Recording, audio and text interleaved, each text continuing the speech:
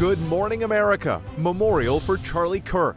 The public service to be held in an NFL football stadium as the assassination investigation intensifies, and the Utah college that was the scene of the crime makes plans to reopen this week. New sanctions threat. President Trump's latest fiery words directed at Russia, just days after those Russian drones crossed into Polish airspace and right before he heads to the UK for a state visit. Overnight, a rare tornado touches down in Utah, destroying homes with winds up to 60 miles per hour and quarter-size hail, as much of the country warms up in a late summer sizzle. Lucky to be alive. A snowboarder's terrifying fall 100 feet from a glacier. I just told myself things are going to be all right.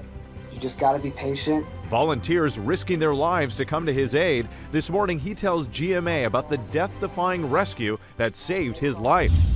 This year, darling, we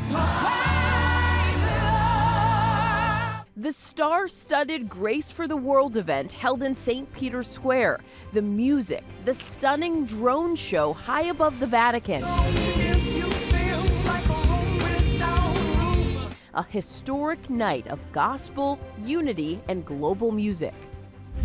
Can't touch this. The WNBA playoffs are hot to go. The New York Liberty are WNBA champions! Will the Liberty repeat, or will the upstart Valkyries win it all? We have the games to watch as round one starts today, and ESPN's Herm Edwards breaks down the week's top NFL games. Eagles fly in Super Bowl 59! Including the Super Bowl matchup you don't want to miss.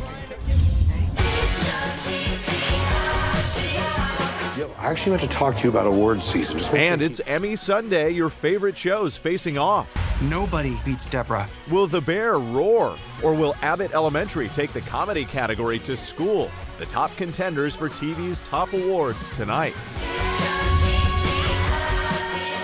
Live from ABC News headquarters in New York City, it's Sunday. Good Morning America. Ooh, what a good song to start the morning. Happy Sunday. Good morning, America. We've got so much news ahead. The Emmys, they're looking really exciting. So many great shows. And, of course, we've got Herm Edwards. He's joining us to break down the NFL game. We had a shocker last Sunday, too. We'll have to get to that. Yeah, Gio's feeling good this morning. You'll find out. You'll find out. Also ahead here, Secretary of State Marco Rubio landed in Israel this morning. The surprise attack on Qatar created even more tension in the region. And we are going to look at the impact of tariffs on your grocery bill, including why that cost of your cup of coffee, it could be soaring. So we're going to be looking at that. Something to watch there. But first, though, the latest on the Charlie Kirk murder investigation and new details on next week's memorial plans. Jacqueline Lee is in Orem, Utah, with the latest. Jacqueline, good morning. Well, good morning. The Utah County Attorney said he plans to file charges on Tuesday, but he admitted there is still a mountain of evidence they still have to sort through, which could delay the process by several days. This morning, Utah Valley University getting ready to reopen as memorials for political activist Charlie Kirk continue to grow. The university announcing employees will return to campus tomorrow, with classes resuming Wednesday. Investigators urgently working to determine a motive after announcing the arrest of 22-year-old Tyler Robinson, the man police say assassinated Kirk with a single shot while Kirk was speaking at an event here at UVU in front of thousands. It's been a vast, complicated, and a very, very fast-paced investigation. On Friday, officials announcing the details of the 33-hour manhunt that led investigators to St. George, Utah, nearly 4 hours from the scene of the shooting. A family member of Tyler Robinson reached out to a family friend who contacted the Washington County Sheriff's Office. Sources telling ABC News the suspect turned himself in after his father recognized him in these photos, urging his son to come forward. Those sources say the suspect initially said no, but later changed his mind. The suspect held on suspicion of aggravated murder, obstruction of justice, and felony discharge of a firearm. Utah Governor Spencer Cox calling for unity as the nation recovers from yet another act of political violence. Every single one of us gets to choose right now if this is a turning point for us. And we know federal charges are potentially going to be reviewed and filed in the coming days. Now, as for Kirk's funeral, we know it will take place next Sunday in Glendale, Arizona at State Farm Stadium. And by the way, Whit, that seats up to 73,000 people. Whit. All right, and no doubt there will be thousands of people there to watch that. Jacqueline Lee for us, we appreciate it. We turn now to President Trump's threat of new sanctions against Russia as he prepares to head to the UK this week. ABC News senior White House correspondent Selena Wang is in Bedminster, New Jersey, with more on that. Selena, good morning. Hey, Whit, good morning. That's right. President Trump says he's ready to impose tough new sanctions on Russia, but it's a threat he's repeatedly made without following through. So the question is whether this time is any different as President Trump's patience with Putin wears thin. President Trump says he's ready to impose tough sanctions on Russia, but only if all NATO allies agree to do the same and stop buying Russian oil. The president posting, the purchase of Russian oil by some has been shocking. It greatly weakens your negotiating position and bargaining power over Russia.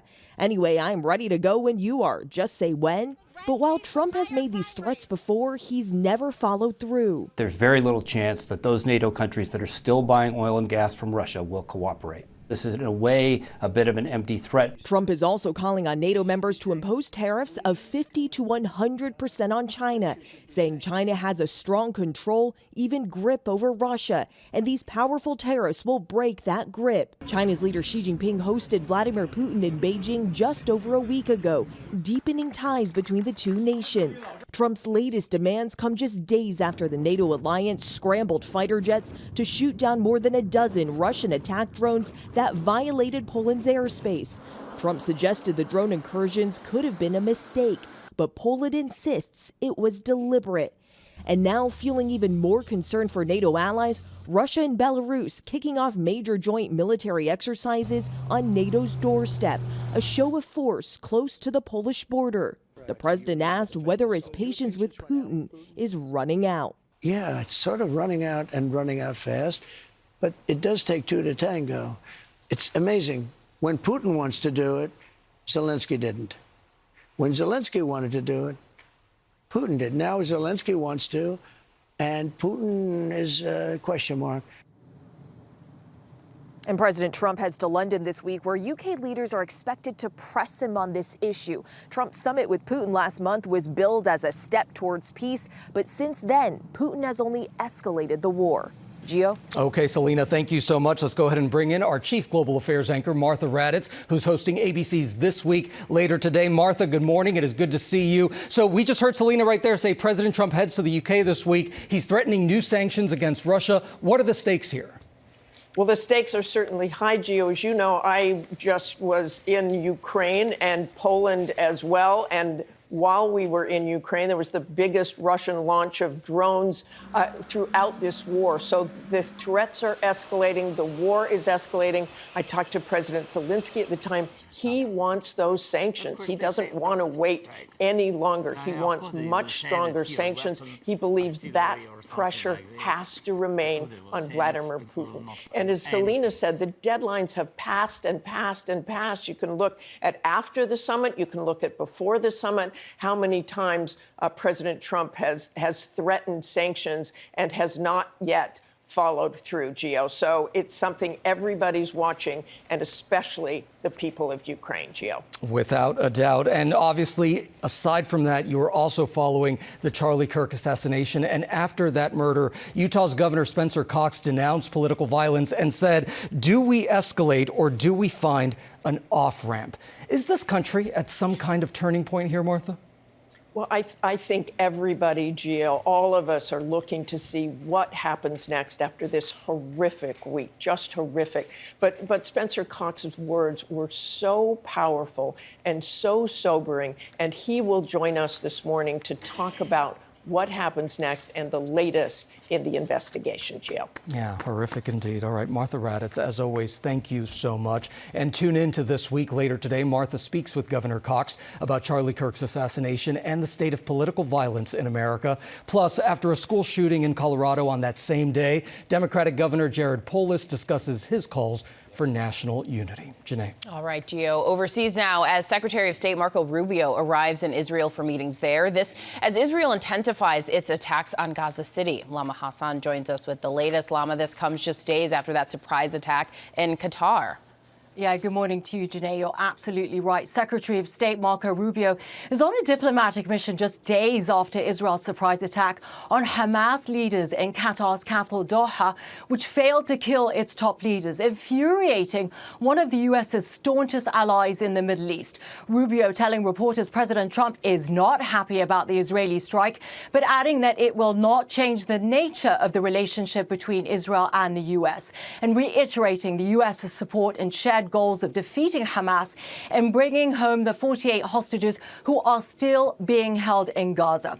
The Israeli Prime Minister's office says that the two will meet today for talks, including the annexation of parts of the occupied West Bank.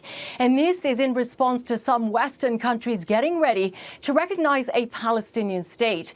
The two will also discuss what happens next in Gaza. And as those talks unfold, Israel's attacks in Gaza are intensifying overnight. And early this morning, the IDF launching airstrikes in Gaza City, killing at least 35 people and pummeling buildings they say are being used by Hamas.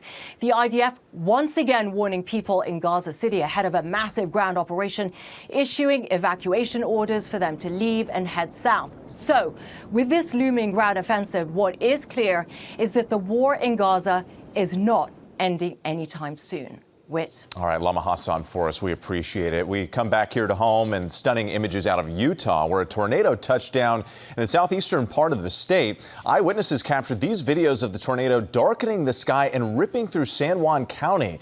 Police report the tornado damaged at least 3 homes and caused several power outages. No one was hurt. Okay, Whit, a bird strike reportedly forces a Delta Airlines flight to make an emergency landing. Delta officials say moments after Flight 1399 took off from Miami Saturday morning, a bird struck one of the plane's engines. The Boston-bound flight had only been in the air for a matter of minutes. Pilots made the call to turn that plane around and go right back to Miami. After a safe landing, crews inspected the plane and the flight continued on to Boston. Janae. All right, now to flu season just around the corner, and the CDC saying flu hospitalizations hit record highs last season. The agency saying the rate was 2 to 3 times higher across age groups in 2024 and 2025. That's compared with 14 previous flu seasons. The CDC blaming lower vaccination coverage and strains that were prevalent over the period. Turning to tariffs, inflation, and the rising cost of food now. The consumer price index for last month going up to nearly 3% and grocery costs even higher. Olivia Rubin is here with the details. Olivia, good morning to you. Good morning, Whit. President Trump's administration has promised to bring down grocery prices, but that's not exactly what the data is showing us right now. Grocery prices actually increased 0.5% just last month. That's according to data from the Bureau of Labor Statistics, and that's the biggest increase since 2022. Now, inflation was on par with expectations, but some specific grocery prices have soared. So let's break that down a bit. First, of course, is coffee, which rose last month by a whopping 3.6%. That's the fastest monthly rise in over a decade. In total, coffee prices are up over 20% from a year ago, and it could rise even more due to Trump's tariffs on Vietnam and Brazil. Next up, beef. Since last year, ground beef is up nearly 13% and steaks up more 16%. Now, that's not exactly all because of tariffs. There are other factors there like dwindling herds and high demand, but some other staples seeing price increases include apples and tomatoes. And don't forget eggs, which didn't rise last month but are up 10.9% since just last year. Now, experts are divided on whether this is the ceiling or if prices could increase more. So the big question on everyone's mind, how do you save? Experts say to buy in bulk when you can, or try using your store's grocery app, which can have extra savings. And if your family really loves products from a specific brand, reach out to them on social media or ask for discounts directly. Yeah, I know a lot of people have really been buying in bulk. That's a good way to go for sure. Also, there's another big financial decision, Olivia, happening this week. The Fed set to meet on interest rates. Huge decision, and Wednesday is the big day. All eyes on Chairman Jerome Powell. Now, the expectation is the Fed will cut rates, as of course President Trump has long pressured it to do, but it's because of the slowing job market, even though inflation is still rising. Gio. All right, some important information. Olivia, thank you so much. All right, we go to sports now, and the excitement ahead as WNBA playoffs, they begin today. And Ike Jachi is here. We'll look ahead. Good morning, Ike. Hey, good morning, Gio. It is finally here. Playoff time in the WNBA after a record-breaking 44-game regular season, the longest ever. Now, basketball fans are buzzing this morning. The Minnesota Lynx are on a mission. Last year's heartbreak made them hungry, and now they're entering as a #1 seed after pretty much steamrolling the regular season. Can anyone stop them? I don't know, maybe just gravity. Well, the defending champion New York Liberty, they had a wild ride, some potholes for sure, but they're in it to win it all over again, ready to test fans' heart rates in this first ever best-of-7 finals. Now, Las Vegas rolls in, get this, on a 16-game win streak. They're so hot, they might scorch the court. Plus, expansion drama. The Golden State Valkyries making their first playoff appearance. Thunderous crowds behind them, and don't overlook the Indiana Fever clawing back into the postseason, but without second-year phenom Caitlin Clark sidelined since mid-July.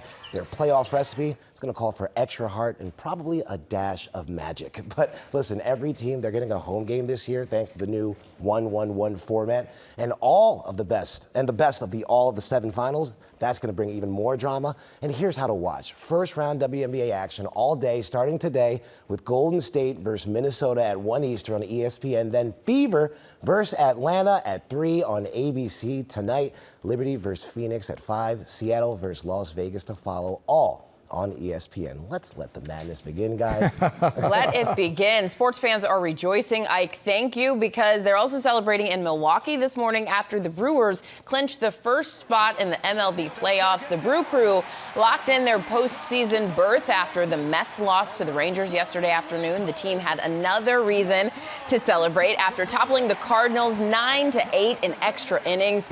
The Brewers enter the postseason with the best record in the National League. I mean, it is a good time for sports. Yep. Yeah, right? sure is. Pretty good for the Brew Crew as well. All right, now to television's biggest night, the Emmy Awards. They are just hours away now. Will Ganss is here with a look at the glitz, the glamour, all the top contenders. Good morning, Will. Good morning to you three. Good morning to all of you. It's going to be a star-studded affair out in Los Angeles tonight, featuring a Gilmore Girls reunion with Lauren Graham and Alexis Bledel present together, plus Catherine Zeta-Jones and Jenna Ortega and other A-listers like Jennifer Coolidge, Stephen Colbert, Angela Bassett, and Jesse Williams. And those are just the presenters. So who's even nominated?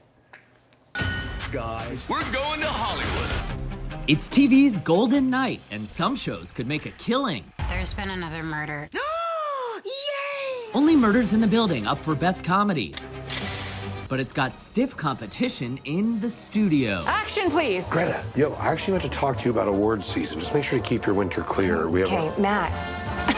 Seth Rogen's spoofy love letter to Hollywood, and he's up for Best Actor in a comedy. As for Best Actress in a comedy, you're not going to beat her at her own game. Nobody beats Deborah.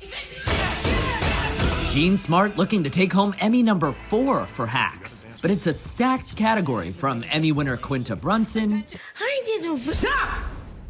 He's a biter. to Emmy winner Iowa Debris. It is shiny and new and has unlimited pizza. And on the drama side, ain't it The Pits? Welcome to the pit. Let's go save some lives. HBO's The Pit expected to do well, if it can beat out the most nominated show of the year, Severance. Wait! And don't count out the leading ladies of The White Lotus, Natasha Rothwell, Parker Posey, Amy Lou Wood, and Carrie Coon, all nominated for supporting actress in a drama. Amen. Amen.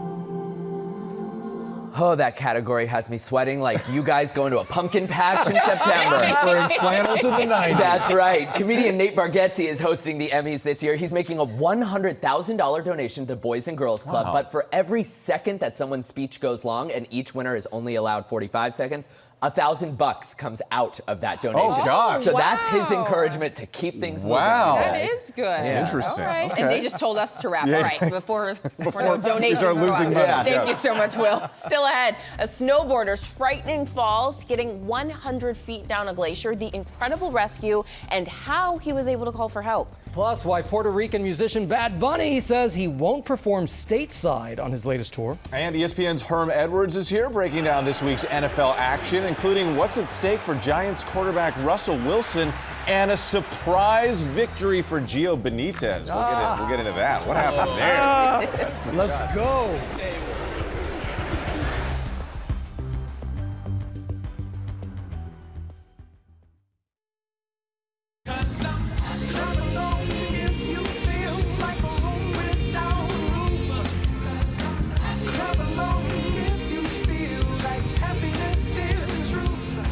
Oh, that song always makes me happy. Welcome back to GMA. Of course, that's Pharrell right there, rocking Vatican City for the Grace for the World concert. The music extravaganza brought a massive crowd to St. Peter's Square for a series of A-list performances. We're going to have more on the concert and the other highlights of the night later in the hour in our group chat.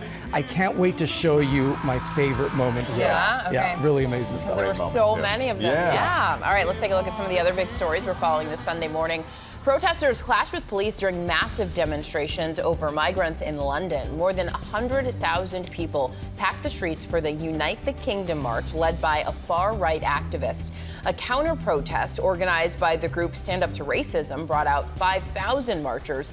Police say a small group of people attacked and threw bottles at officers. At least 25 people were arrested. Puerto Rican rapper and reggaeton artist Bad Bunny speaking to the British magazine ID about why his latest tour will not stop in any U.S. state. The magazine reports that the performer said part of the reason was fear of ICE raids and that agents could be outside his concerts.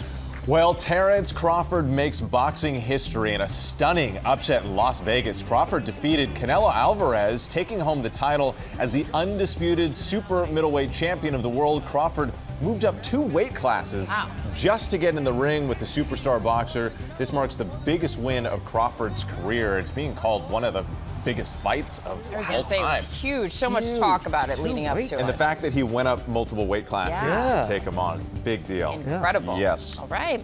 We begin with a heart-pounding rescue of a snowboarder who fell 100 feet down a steep glacier and lived to tell about it. Alex Stone joined us from Los Angeles with this remarkable story. Good morning, Alex. Janae, it is remarkable. Good morning. An incredible rescue. This snowboarder alive this morning thanks to his iPhone and the rescuers who put their own lives in danger to get to him. A harrowing rescue in Colorado. I just told myself things are going to be all right. You just got to be patient.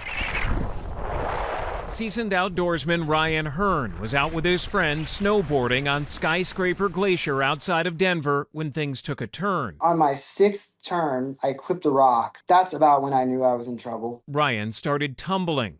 I knew that I was going down, and before I knew it, I got one last glimpse of me pretty much going into what's called a bergschrund. A bergschrund is a small crevasse formed on the glacial ice. Now about 100 feet down, he knew immediately it was bad. His board lodged in ice and rock. I landed head first and quickly realized that I was kind of free hanging and that my leg was in severe pain and was compromised. Without any cell service, he turned to his iPhone, using the phone's SOS satellite feature to message 911. I was trying my best just to wave it left and right, and it took me about 15 minutes to finally get a satellite. Then a team of volunteers with the Rocky Mountain Rescue Group flew in on a helicopter. They traversed a 300-foot path of glacial snow, finding Ryan over 3 hours after his initial messages for help. I was on the wall waving my helmet. They saw me, landed above me, and dropped a crew. I knew that I was going to get out of there. The team built a system to pull Ryan to the top of the snowfield over an eroding ice ridge where he was medevac to a hospital.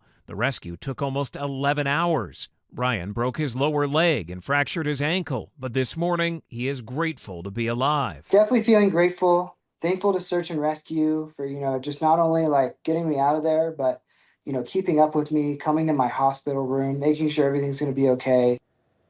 And guys, Ryan telling us he wants everybody to know how important it is to have an SOS satellite device like a newer iPhone or Android with that satellite connectivity to make that call for help when there is no cell service. Coming up here on Good Morning America, ESPN's Herm Edwards, our buddy. He's going to break down the NFL action. There he is right there. He's waiting on the sidelines. We'll see you after the break.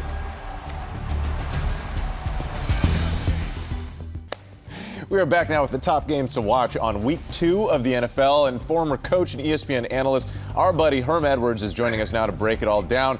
Coach, good morning to you. So we're going to start with this big Super Bowl rematch. The champion Eagles, they're going to Kansas City. Will we see the Eagles fly again, or could the Chiefs get their revenge? What do you think?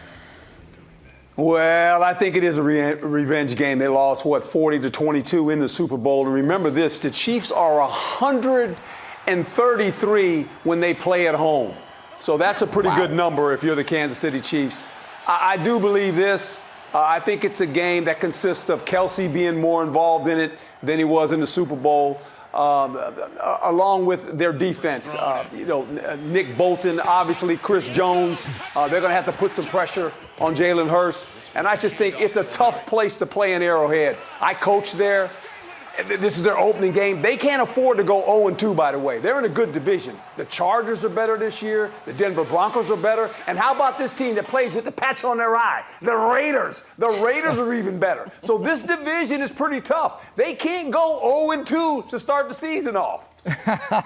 Coach, let's talk about the Giants and the Cowboys. They've got a big rivalry, and both teams are looking for their first win. This is an important game, especially for quarterback Russell Wilson. So what do you make of this matchup?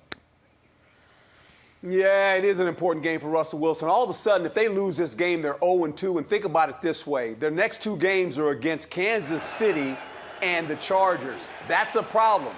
They have to win this game. They cannot go 0-2 to start this season off.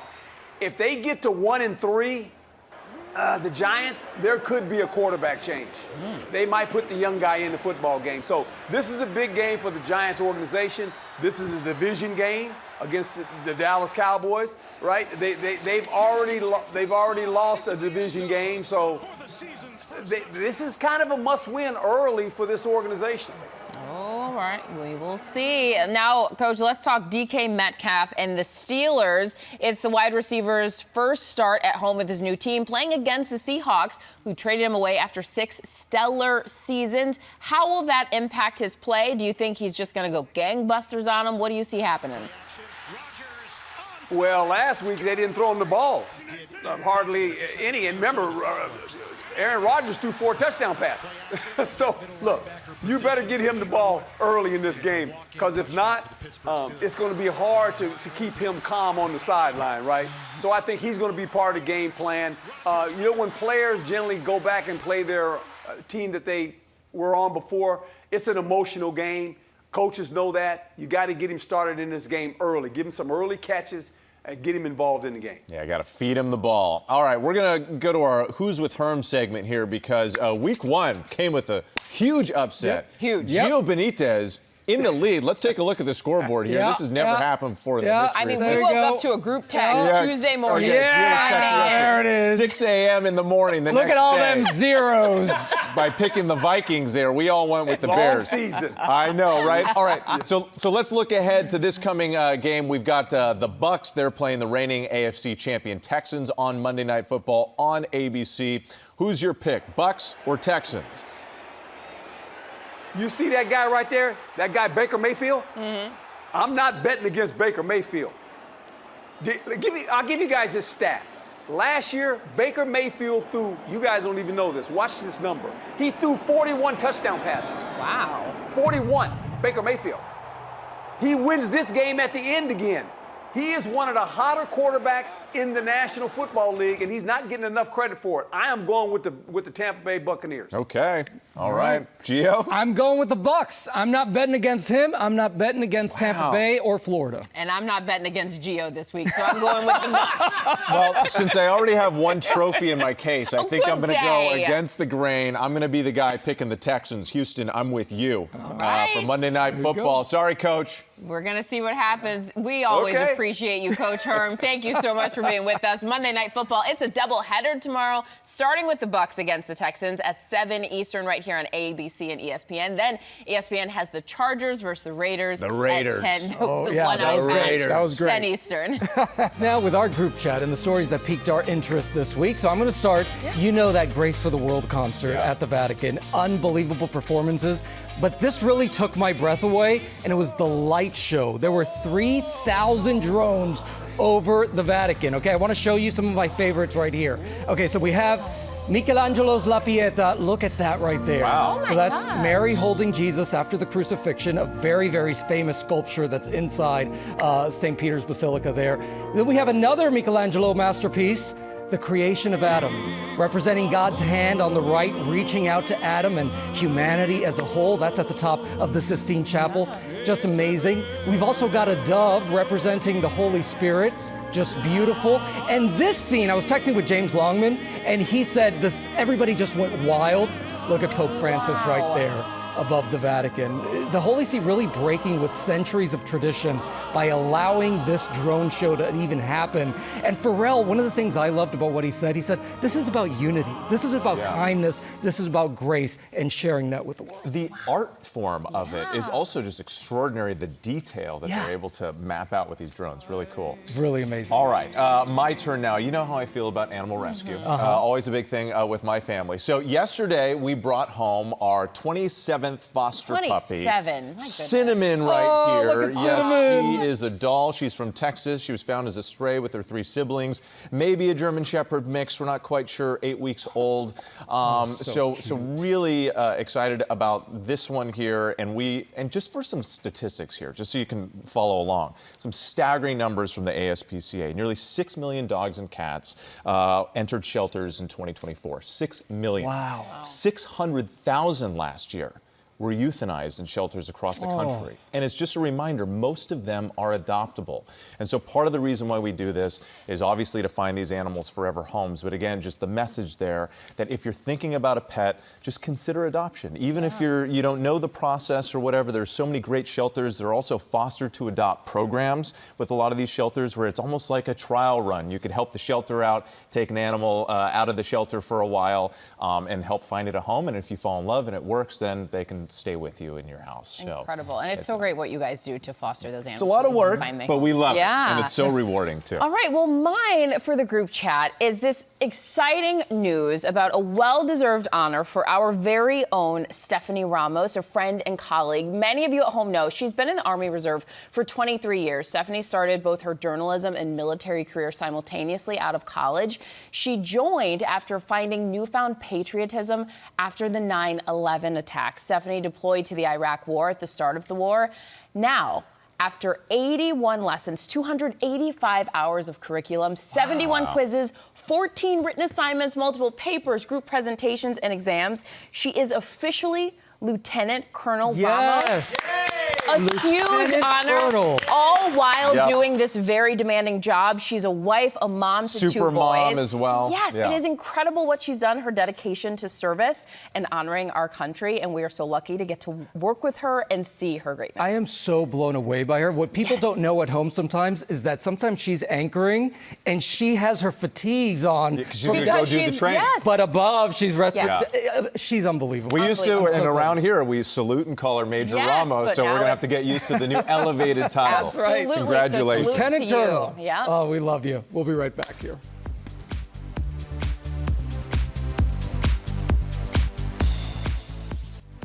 Thank you so much for starting your day with us here. That was good. In the break. My goodness, this guy. You can catch more weekend news coverage over on ABC News Live with Scott the Anchor Desk today. I'm your Huckleberry.